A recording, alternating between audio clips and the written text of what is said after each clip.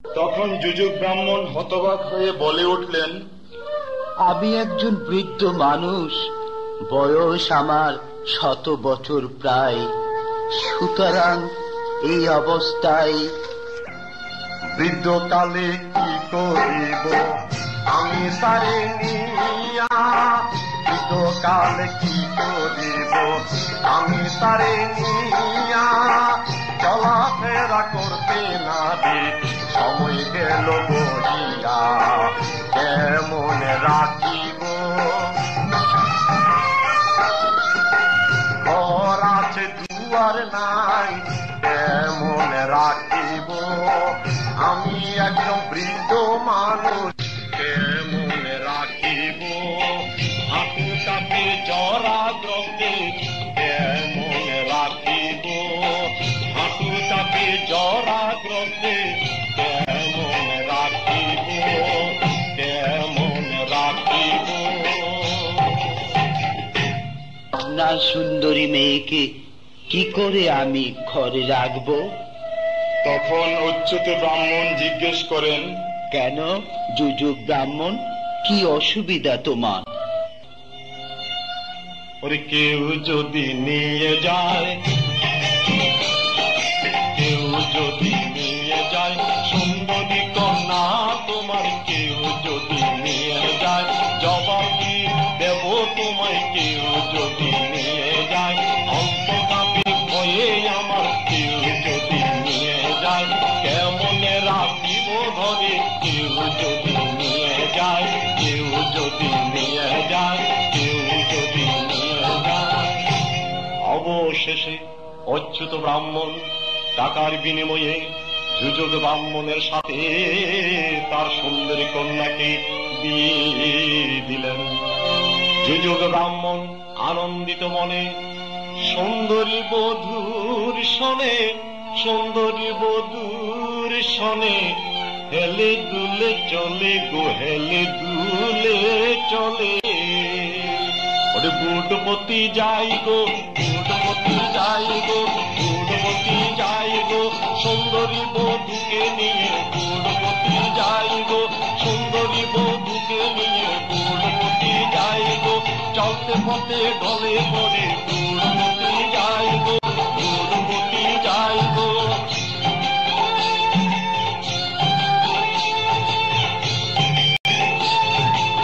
চুলো কেটেছে দন্ত পড়েছে, চুলো কেটেছে দন্ত পড়েছে, যৌবন হয়েছে ভাটি, চলে সে বুড়ো ওষুধ খেয়ে, চলে সে বুড়ো ওষুধ খেয়ে, হাতে আজ তার ভাঙা লাঠি। এইদিকে বুড়ো যুযুক ব্রাহ্মণকে নিয়ে বিয়ে করার কারণে প্রতিবেশীরা বিদ্যার সুন্দরী বধূকে দেখলেই হাসি ঠাট্টা তামাশা নিন্দা করতে শুরু করে। ফলে বিদ্যার সুন্দরী স্ত্রী ঘর থেকে বাইর হওয়া এক প্রকার অসম্ভব হয়ে পড়ল। তখন স্ত্রী রাগান্বিত হয়ে যুযুক ব্রাহ্মণকে বলে, চাই আমি চাকে রানী, চাই আমি চাকে রানী, জীবনা দানা পানি, চাই আমি চাকে রানী। শোনো শোনো ওরে বৃদ্ধ, তোমার সাথে বাজবি যুদ্ধ, করবো তোমায় ঘরে রুদ্ধ। শোনো শোনো ওরে বৃদ্ধ, চাই আমি চাকে রানী, চাই আমি চাকে রানী, জীবনা দানা পানি, চাই আমি চাকে রানী, চাই আমি চাকে রানী, চাই আমি চাকে রানী। স্ত্রীর এই অবস্থা দেখে বৃদ্ধ যুযুক মনে মনে ভাবতে থাকেন, এখন আমি কি করি? যে কোনো মুহূর্তে আমার বিপদ ঘটতে পারে। তখন যুযুক নিজের অদৃষ্টকে দোষারোপ করে বলে, দিন তো গেল সন্ধ্যা হল পথ হারিয়ে ঘুরে মরি, দিন তো গেল সন্ধ্যা হল পথ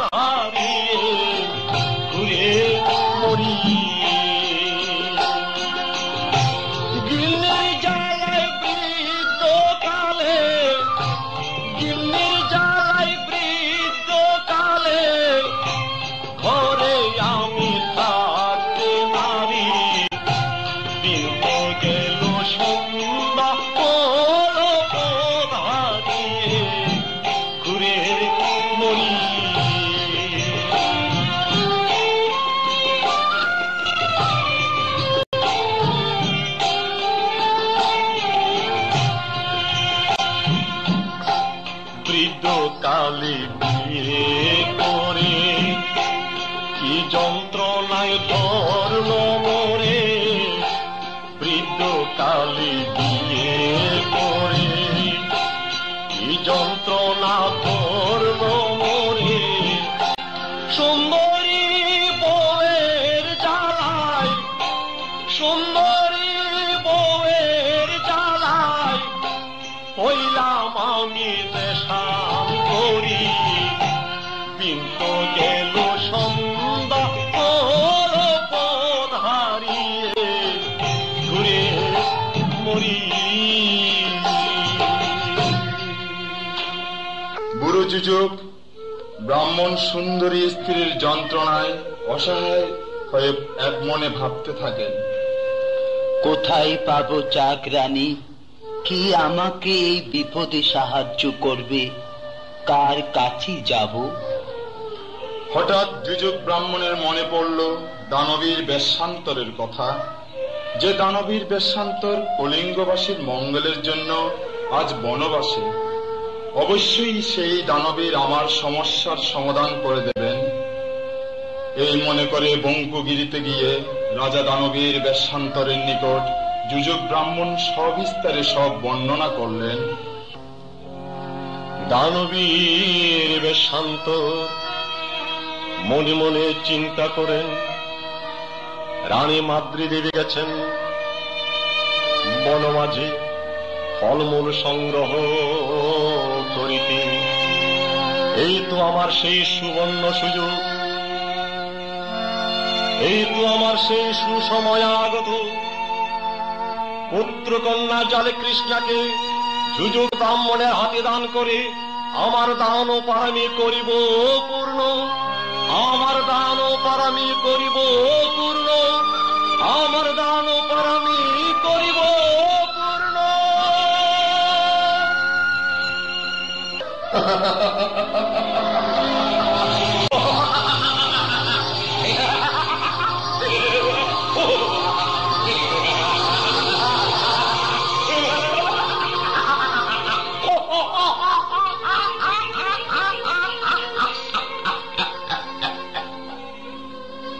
বোধিসত্ত্ব, এই তোমার সুবর্ণ সুযোগ।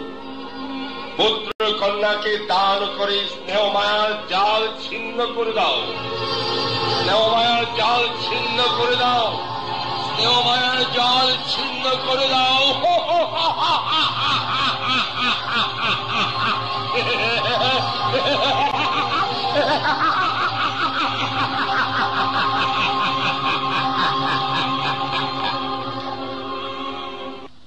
পুত্র কন্যা জালি কৃষ্ণাকে যুজুক ব্রাহ্মণের হাতে অতি আনন্দিত মনে দান করার মানুষে সাদরে আমন্ত্রণ জানালেন ব্রাহ্মণকে দানবীর বেশ্যান্তর।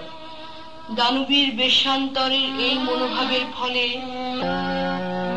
কি আনন্দ চলছে তখন স্বর্গেতে, কি আনন্দ চলছে তখন স্বর্গেতে।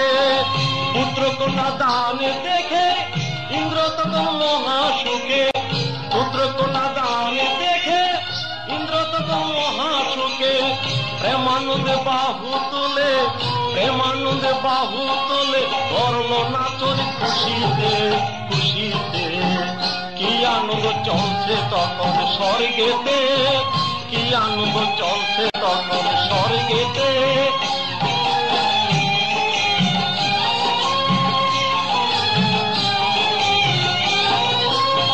পুত্র কন্যা বড়ই দাম বেশান্তরে করে প্রমাণ, পুত্র কন্যা বড়ই দাম বেশান্তরে করে প্রমাণ। পারামিতা পূর্ণ হল বঙ্কুগিরি পর্বতে পর্বতে পর্বতে। কি আনন্দ চলছে তখন স্বর্গেতে, কি আনন্দ চলছে তখন স্বর্গেতে। পুত্র কন্যা দান দেখে ইন্দ্র তখন মহাসুখে। প্রেমানন্দে বাহু তোলে, প্রেমানন্দে বাহু তোলে, ধরল নাচন খুশিতে খুশিতে খুশিতে।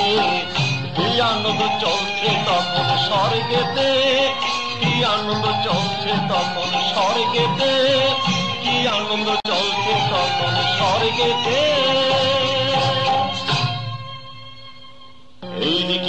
ব্রাহ্মণ। এইদিকে যুযুক ব্রাহ্মণ জালে কৃষ্ণাকে সঙ্গে করে আনন্দিত মনে নিজ বাসভবনের দিকে করিল গমন। দুর্গম পথ বঙ্কুগিরি ক্লান্ত যুযুক ব্রাহ্মণ পথ চলিতে চলিতে বিশ্রামের আশায় বৃক্ষলতার সাথে জাল কৃষ্ণাকে করিল বন্ধন। যুযুক ব্রাহ্মণে ঘুমিয়ে পড়ে, যুযুক ব্রাহ্মণে ঘুমিয়ে পড়ে, জাল কৃষ্ণাকে বন্ধন করে। যুযুক ব্রাহ্মণে ঘুমিয়ে পড়ে, ক্লান্ত হয়ে অঘোর ঘুমে। যুযুক ব্রাহ্মণে ঘুমিয়ে পড়ে, বৃক্ষলতায় বেঁধে ওরে। যুযুক ব্রাহ্মণে ঘুমিয়ে পড়ে, যুযুক ব্রাহ্মণে ঘুমিয়ে পড়ে।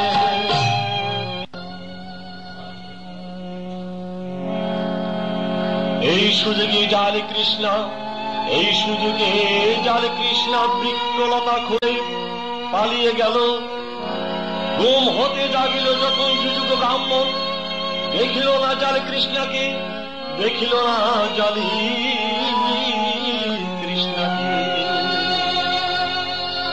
ঘুম ভেঙে জালি কৃষ্ণাকে না দেখে যুযুক ব্রাহ্মণ আবার দানবীর বেশান্তরের কাছে গিয়ে সমস্ত ঘটনা খুলে বলে। যুযুক ব্রাহ্মণের বিস্তারিত কথা শুনে রাজা পুত্র কন্যার খোঁজে আশ্রম হতে বের হলে। রাজা তখন যায় রে, রাজা তখন যায় রে, পুত্র কন্যার অন্বেষণে। রাজা তখন যায় রে, যুযুকের কথা শোনে। রাজা তখন যায় রে, রাজা তখন যায় রে, উপনীত হল রে।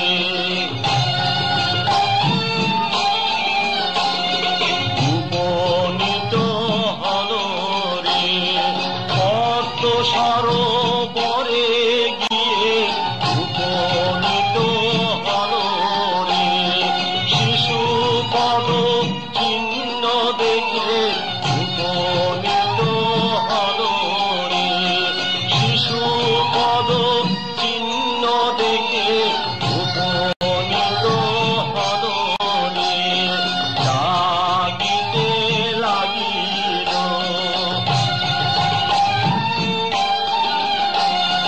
জাগিতে লাগিল, ওরে ওরে বাঁচাদন। জাগিতে লাগিল, প্রাণের জালি কৃষ্ণা বলে। জাগিতে লাগিল, প্রাণের জালি কৃষ্ণা বলে। জাগিতে লাগিল, জাগিতে লাগিল। পিতা স্বর্গ, পিতা ধর্ম, পিতা মোদের সব কর্ম। জালি কৃষ্ণা এ চিন্তা করে পিতৃদেবের ডাকে সাড়া দিয়ে জড়িয়ে ধরে পিতার পদযুগ। দানবীর রাজা বেশান্তর অনেক চিন্তা করে প্রাণের জালি কৃষ্ণাকে আবারও যুযুক ব্রাহ্মণের হাতে তুলে দিলেন। তখন জালি কৃষ্ণা অতি করুণ ভাবে বলে, পিত,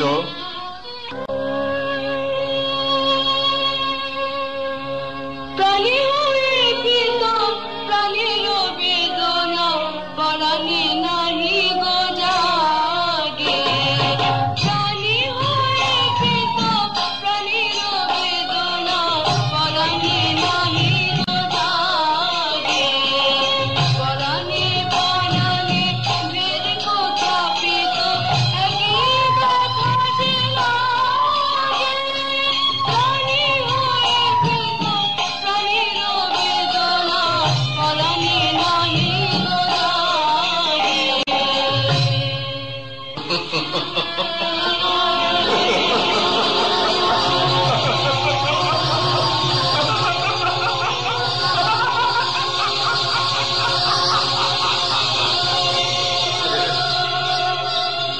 প্রভু, তুমি যে ভাব বুদ্ধ, দানীয় বস্তু গ্রহণ করা মহাপাপ। তোমার দান পারামি পরিপূর্ণ, তোমার দান পারামি পরিপূর্ণ, তোমার দান পারামি পরিপূর্ণ।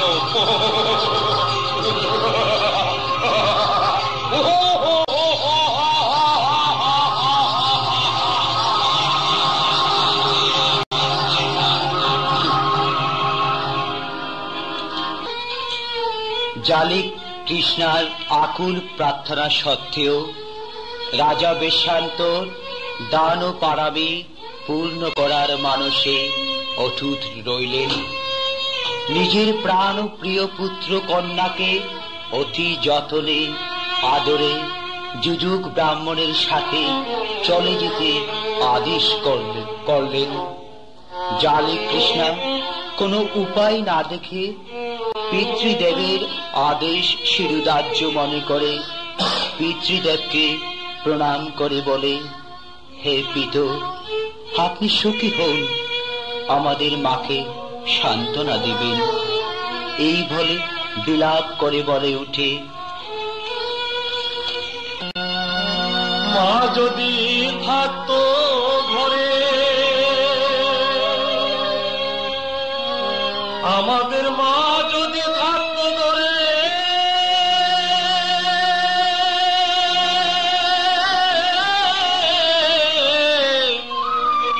না পারিত এই প্রকারে দান করিতে অসত ব্রাহ্মণের হাতে।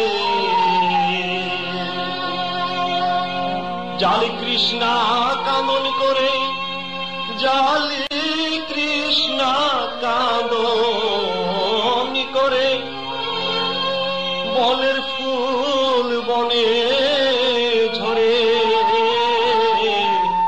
রক্ত পড়ে বন্ধনে আঘাতে। শুনিলে জননী হবে পাগলিনী, পাষাণে ভাঙিবে মাথা। শুনিলে জননী হবে পাগলিনী, পাষাণে ভাঙিবে মাথা। হবে উন্মাদিনী কাঁদিবে জননী, হবে উন্মাদিনী কাঁদিবে জননী, আমাদের পাবে কোথায়। শুনিলে জননী হবে পাগলিনী, পাষাণে ভাঙিবে মাথা।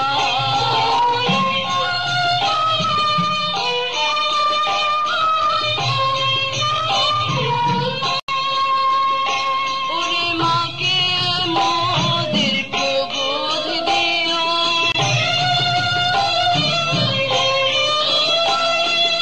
আসিলে ফিরিয়া হাসি মুখে দিয়া মোদের মাকে বুকে নিও, মোদের মাকে বুকে নিও।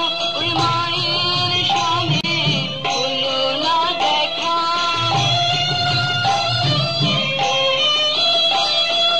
মা থাকিতে হইলাম একা, মায়ের সনে হলো না দেখা।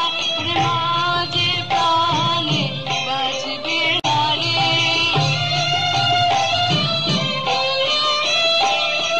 প্রাণের জাদু কোথায় গেলি রে, মা যে প্রাণে বাঁচবে না রে, মা যে প্রাণে বাঁচবে না রে, মা যে প্রাণে বাঁচবে না রে।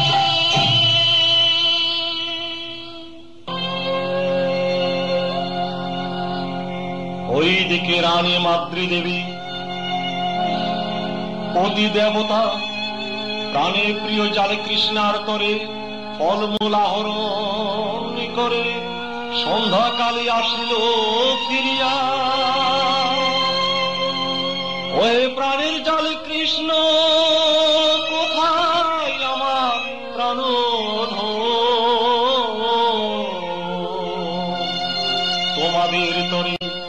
এনেছি আমি ফলমূল যাও দেখিয়া। রানী মাতৃদেবী জালি কৃষ্ণাকে না দেখে রাজা বেশান্তরকে জিজ্ঞাসা করেন, অগপতি দেবতা, কোথায় আমার জালি কৃষ্ণ? কোথায় আমার কৃষ্ণ জালি? কোথায় আমার প্রাণের বাঁচানো? রাজা দানবীর বেশান্তর সবিস্তারে সব ঘটনা বর্ণনা করেন। রানী মাতৃদেবীর প্রাণের জালি কৃষ্ণাকে দান করার কথা শুনে শোকে দুঃখে ভেঙে পড়েন এবং বিলাপ সুরে ক্রন্দন করে উঠে, আমার প্রাণের জালি কৃষ্ণা, প্রাণের জালি কৃষ্ণ গো,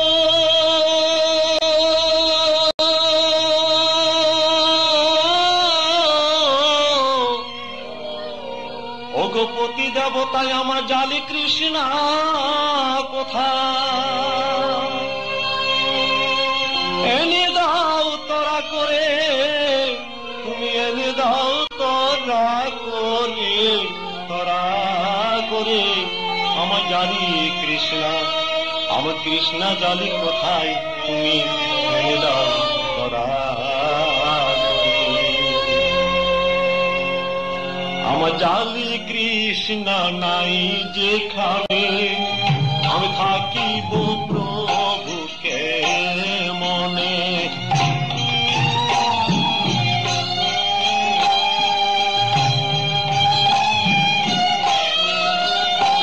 আমার জালি কৃষ্ণ নাই যেখানে, জালি কৃষ্ণ, আমার জালি কৃষ্ণ, জালি কৃষ্ণ, আমার জালি কৃষ্ণ নাই যেখানে, আমি থাকবো প্রভু মনে। আমার জালি কৃষ্ণ নয়নের মনি দাও গো প্রভু, তাদের আমি জালি কৃষ্ণ নয়নের মনি দাও গো প্রভু, তাদের আমি আমার জালি কৃষ্ণ, কৃষ্ণ জালি, আমি যে তাদের জননী। আমি 10 মাস 10 দিন ধরে রেখেছি তাদের জটরে কতি দেবতা, আমার জালি কৃষ্ণকে এনে দাও তাড়াতাড়ি। আমি ধরেছি জটরে 10 মাস ধরে, ডাকিবে আমায় মা বলে। 10 মাস ধরে রেখেছি জটরে, ডাকিবে আমায় মা নাম ধর, নয়ন জলে ভাসাইব।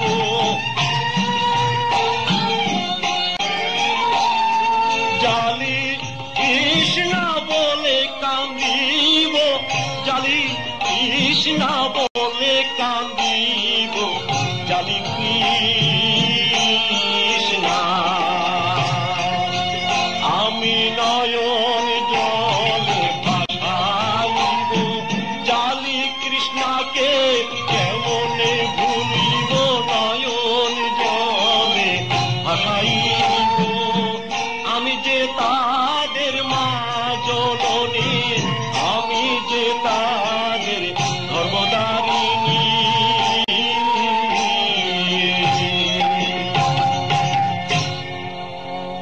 জয়তু হে মহারানী, জয়তু হে মহারানী, জয়তু তোমার নারী জীবন, জয়তু তোমার পতিব্রতায়।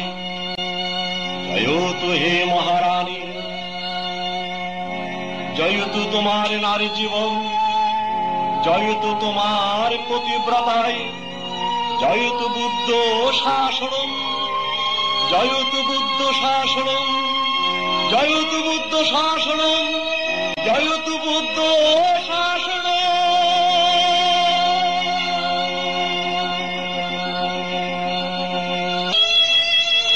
রানী মাদ্রী দেবী পুত্র কন্যা শোকে মূর্ছা গেলেন।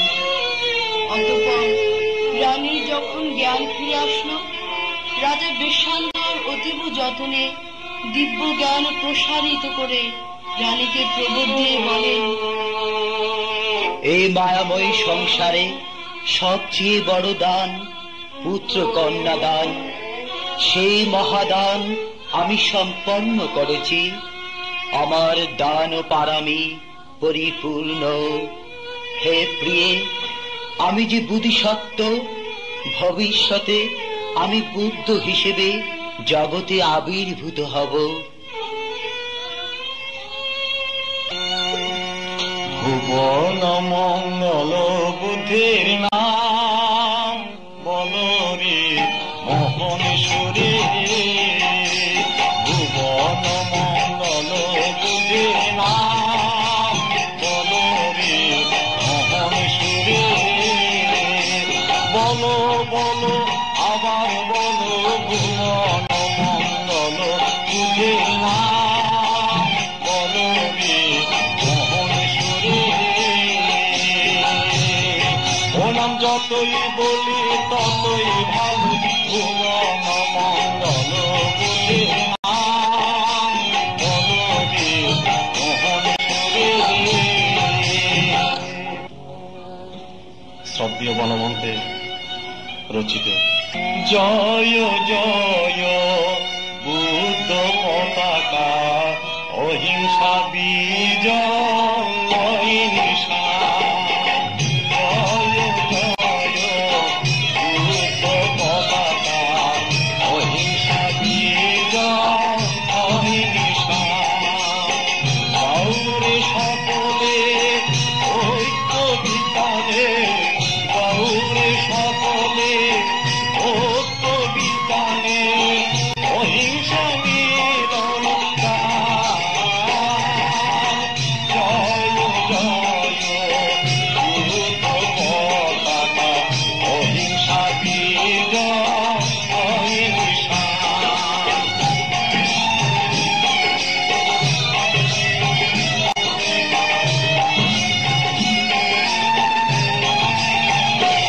আদি বিশ্বব্যাপিয়া অহিংসা হিন্দোলে, বিশ্বব্যাপিয়া অহিংসা হিন্দোলে। জাগে মম বিশ্ব সমমৈত্রী সলিলে, আকাশে বাতাসে বনয়ুপবনে, নদী কন্দলে ঘুরেছে তার। জয় বুদ্ধ পতাকা, অহিংসা বিজয় নিশা।